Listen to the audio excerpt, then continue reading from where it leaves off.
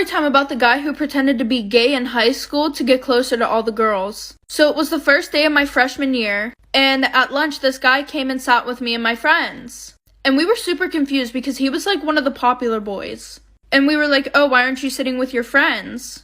And he's like, oh, because ever since I came out as gay, they don't want to be friends with me anymore and they're being super mean to me. So we felt really bad and we started getting to know him, and he was actually a really cool person. So we started inviting him to our sleepovers and everything like that. And because he was gay, we felt really comfortable getting dressed around him, talking about things that we wouldn't talk about in front of anybody. So like 2 months go past, and at this point he knows so much about us, like stuff that nobody else knew. Like, he even knew that one of my friends was born with both private parts, which is something that she never told anybody except for me and the girls in my friend group. Well, we're all on FaceTime the one day, and my friend goes, oh, have you ever seen boobs before? And he goes, no. So we all lift up our shirt, like, for part 2.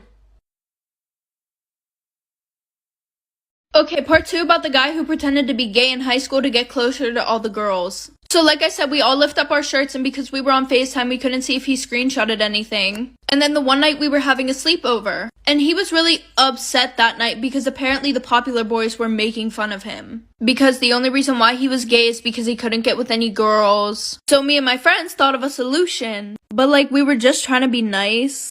And now looking on it, that is the dumbest shit that we've ever done. And we're all like, oh, well, why don't you just say that you did the nasty with all of us? And he was like, well, I don't think they'll believe it, even if you guys said, yeah, you did do it. So we were like, okay, then let's do it for real. So that night, we did the nasty, all 5 of us.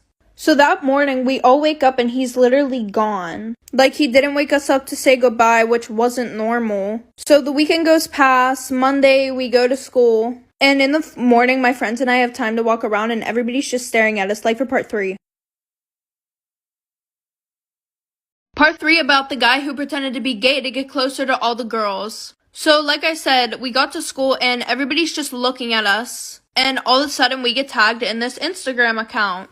And there's a video of all 5 of us doing the nasty in my bedroom. There's pictures of me and my friends getting undressed. And there's a screenshot of the FaceTime where we all showed our boobs. And under the post, he was exposing a bunch of shit about us. And my one best friend was literally crying so hard because everybody now knew that she was born with like both parts. And also after gym class, we would just tell him to come in the locker room, and the teacher didn't care because he was gay. So there were also a bunch of pictures of other girls on there too. I'm not even going to talk about the legal trouble, but my parents made me move schools because they cared about my image and they didn't want me hanging out with any of those friends anymore. He got expelled. The teacher got fired for that bullshit. So that just ruined having a gay best friend for me. Oh, also my parents saw me have a foursome in my bedroom. Story time of how I found out that I was dating my own brother. Yes, biological brother, same mom, same dad. So a little background information, my mom passed away when I was 2, my dad is currently in jail, and I live with my grandma.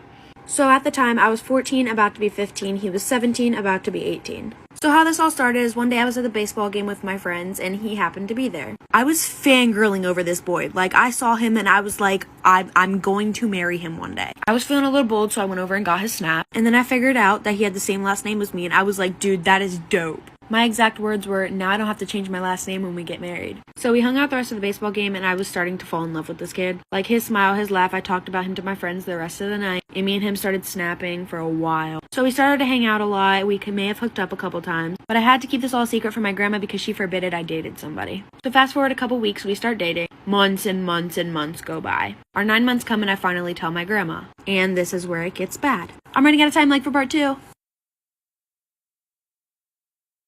Story time about my emotionally abusive ex-fiance and his psychotic family. So when I started college, I met this guy on Facebook. And I mean, he was a dreamboat. We hit it off immediately, and I knew that he lived in my hometown, even though I was out of state for college. And when I tell you this guy was sweet, I mean, he could put Nicholas Sparks novels to shame. While looking back, a lot of the stuff was cringy. He was my first relationship. Well, one day when we were on the phone, he was talking about how excited he was to be married one day and adopt animals together. I was totally excited about it with him, and he decided to propose on the phone, on the spot. He was like, please don't embarrass me. I'm down on one knee in front of everyone right now. And so I just said yes. Well, I thought this was the beginning of my happy ending. Things got worse. He became extremely obsessive and controlling. He would blow up my phone whenever I was in lectures and get a hold of the college admissions office when I wouldn't respond, and would yell at me if I fell asleep because he thought I was ignoring him. I would literally wake up to texts about him hurting himself or selling my nudes. I was so scared that he was actually going to do something crazy that I left school and started driving back to my hometown. Once I got there, I met his family and realized just how messed up everything was. You won't believe what happens next. Follow me on Insta in the meantime.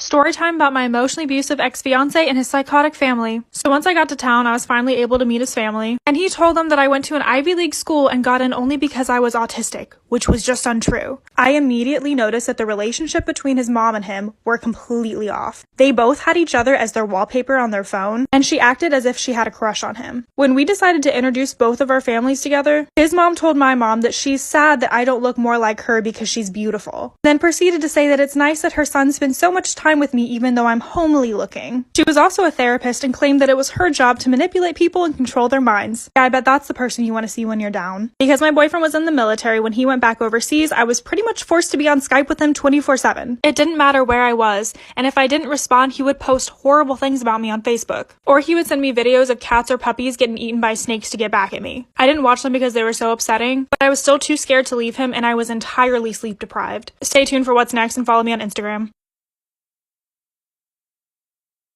Story time about my emotionally abusive ex and his psychotic family. So I was still not prepared to leave him and had to be on Skype with him all the time, in the bathroom or in the shower. If I refused and asked for privacy, he'd tell me how horrible and how ugly I was, and that he'd end his life because of my cruelty.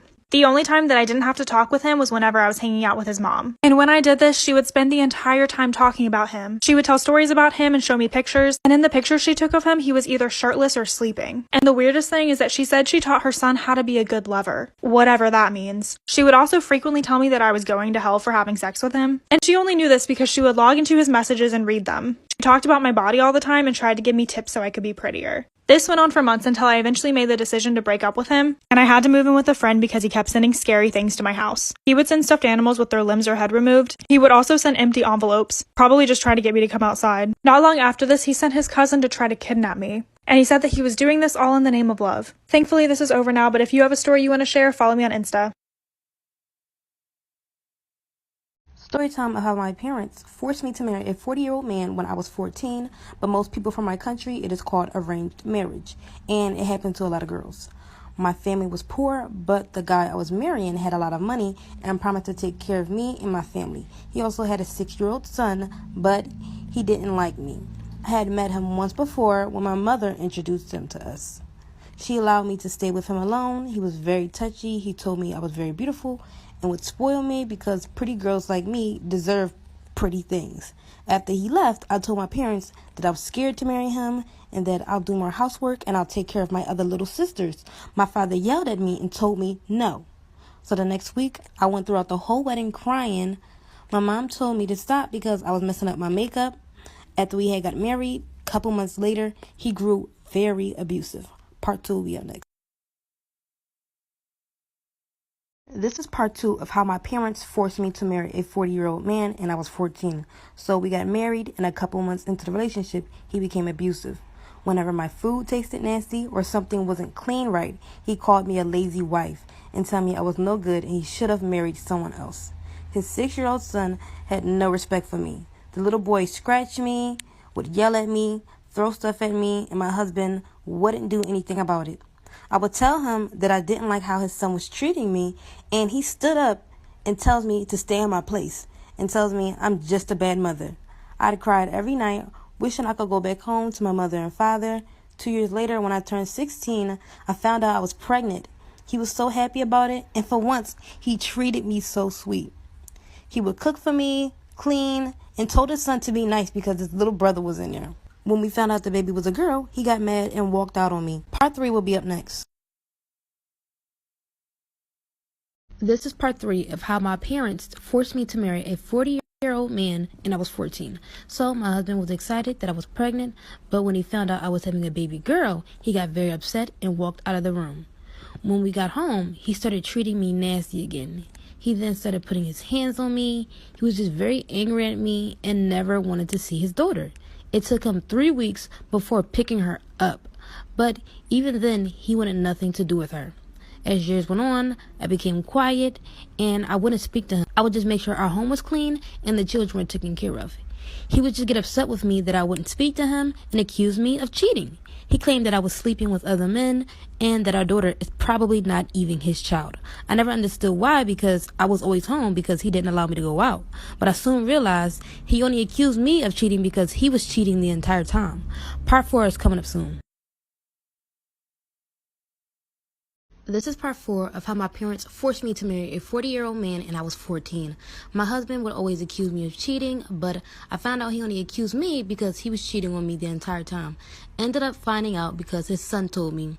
And like I said earlier, his son never liked me in the first place. So when I had made him upset, he randomly said, "That's why my dad has a new woman." I was off about it, so I went to ask my husband about it, and he admitted to it. He was very blunt about it, and he told me it was because the lady tempted him. I believed him at the time, but as time grew on, I started to become very insecure. I'd do whatever he want, but it was never good enough because he still kept stepping out of our marriage. On my 19th birthday is when I realized I had to figure out a way for me and my daughter to leave him. He didn't even say happy birthday to me, and that was my husband. I had no money, I didn't own anything, but I took a chance, so I packed whatever I could, and I planned for me and my daughter to run away while he went to work. Once in elementary school, it was lunchtime. A bitch had to go potty. It was poo-poo time. So I remember I went to the restroom and I was exploding or whatever. And these girls walked in. We're gonna call them the Chipettes, okay? This is the best part. So the Chipettes start yelling in the bathroom. "Is someone here? Can someone hear me?" Like, I didn't say anything. I was literally taking a shit. Like, what? These girls, deadass, start laughing. They turn off the lights in the bathroom. They turn on all the sinks, whatever. And they start saying like Bloody Mary or some shit. And then the Chipettes run out of the bathroom and shut the door. So here I am getting casted on. I remember seeing a shadow. I fell on my ass and I start screaming and crying. It wasn't good. So someone called the janitor. Janitor walks in to check up on me. It's a guy.